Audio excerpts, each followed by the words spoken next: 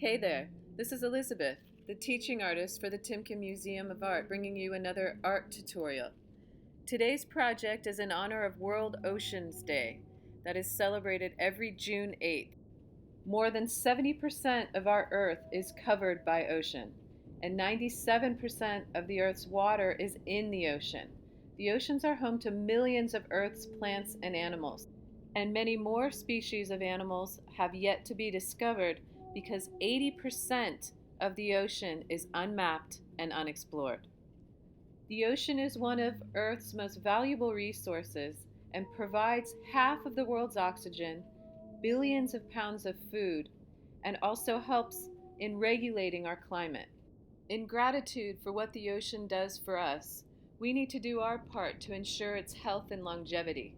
Consider joining a beach cleanup and reduce the use of single-use plastic bags.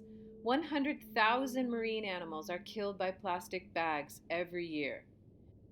For now, let's show appreciation for our oceans by making an artwork about it. Today we're going to create an underwater ocean scene. But before we get to that, I need to go through the materials with you. You will need 3 sheets of paper, a set of colored pencils, and a pencil. First, I need to show you how to draw fish. Start with this triangle on its side, then make a curved line to replace the far right side of the triangle. Next, you're going to add the pointed heart on its side as a tail. You're going to round out the far left point of the triangle so it's more like a face.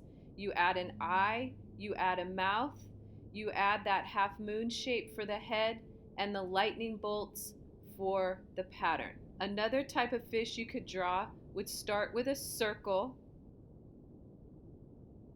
Then we're going to draw the half moon shape for the face, and we're going to point out and round the left side of that circle to add for the mouth and face.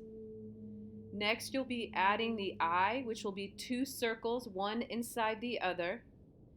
Next, we're going for the tail, which will be a small trapezoid with another larger trapezoid attached to it, except that you'll angle the outer edges of that trapezoid so it's more diagonal. After that, you're going for the top fins, which will be rounded triangles, and then the part that's curved and attached to the back end of the fish. So again, we're going to make these triangles at the bottom, kind of rounded triangles, and then you connect to the body of the fish with those curved lines from the rounded triangle fins. I went in and changed up the face and curved the line a little bit, and then added a side fin behind the face. After that, I added pattern with all of those lines moving in the direction of the fins, and then tiger stripes. Now that we've practiced drawing the fish, we're now going to draw the environment where the fish will live, which will be underwater. First, I drew some curved lines to represent the bottom of the ocean, and now I'm drawing little rocks. Notice that the bottom of the rocks will be flat, so it feels like they're sitting on the bottom of the ocean. You can refer to the picture in this slide that shows you some examples of stuff that you could draw that you would find in the ocean. You can add anything from your imagination. This picture and this demonstration is just meant to give you ideas.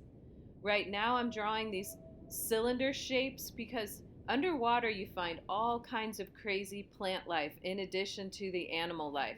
So I'm creating these little cylinders growing out of this rock, which later on I'll be able to color really brightly. In addition to that, I added those curvy lines for the seaweed. Right now I'm drawing like another curvy line that could be seaweed or coral. This is not a time to worry about perfection. Everything underwater is organic. So basically any shapes and forms you want to combine together to create your underwater scene is all good.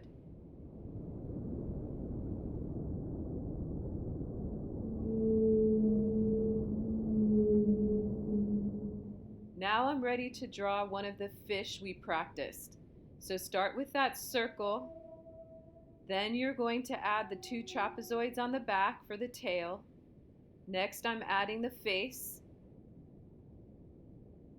Then I'm adding the fins on the top, the fins on the bottom.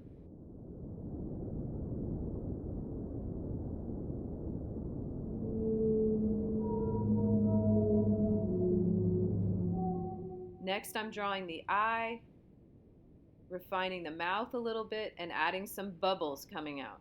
I'll do the same thing but smaller with a fish that's behind the first one that I drew. By drawing it smaller, it's going to make it appear further away. So draw some fish smaller and some fish bigger to give that illusion of depth. It'll make it look real even though you're working on a flat piece of paper. Now I'm going to move on to the second type of fish, that's the sideways triangle. So you draw the triangle, make that back side of the triangle curved, add the pointed heart on its side, the half moon for the face, the circle for the eye, the lightning bolts for the pattern, and just a straight line for the mouth. I'm going to repeat that exact same process but smaller to make the fish look like it's further away.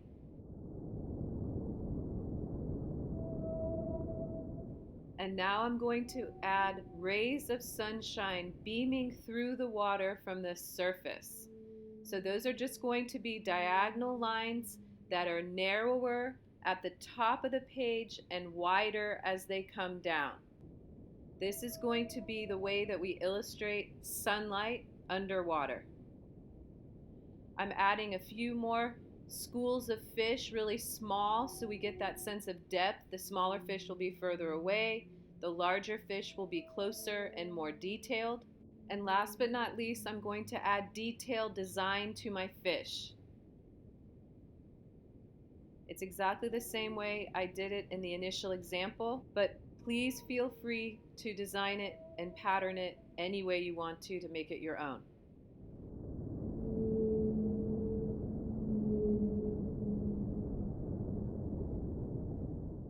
All right, now it's time for the fun part. We get to color it all in.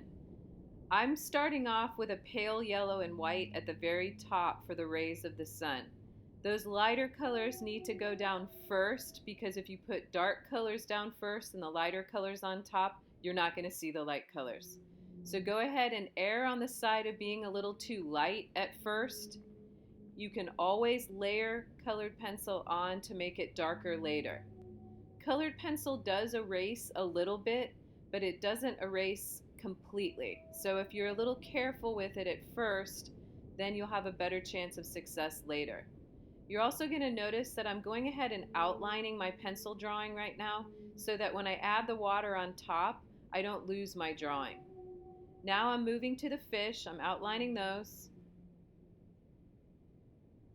outlining the rocks. I'm not making really dark outlines, by the way. You don't want everything outlined completely in black. Just use the color that you think you'll be coloring it in with. After I put one layer down of blue, I keep adding more and more layers, slowly making certain areas darker and letting other areas be lighter. Please choose whatever colors you want to, but be thinking about value, how light or dark your colors are, and color contrast. Color contrast is the variations in the colors themselves and how light and dark they are.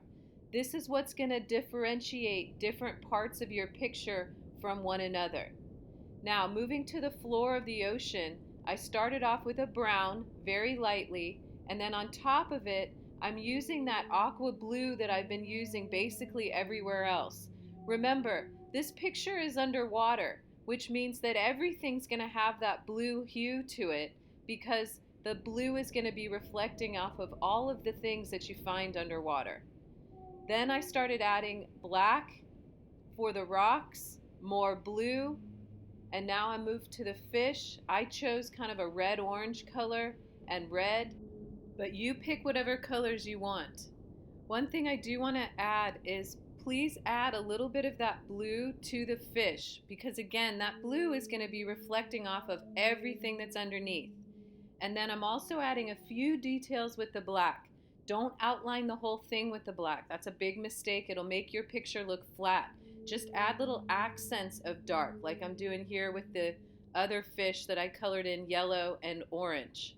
I'm using the black just as accents for shadows, not as an outliner for every single thing you find underwater. When it comes to the rest of your picture, please color it in any way you want, just thinking about color contrast and value contrast. Contrast just means differences. So we want differences in color and differences in value, meaning how light or dark things are. You also want to make sure and add that blue on everything because it's underwater. That blue is going to impact everything that's underwater, like I'm doing right here. The rest of it can get colored in any way you want as long as you're paying attention to contrast. So the stuff in the background is going to have less contrast and the stuff in the foreground is going to have more contrast. Thank you so much for joining me today. I hope you got some information that's new, exciting, creative, and you can take it into any art project that you do from today and into the future. Please share with us what you create, and thank you so much for taking the time to be creative today.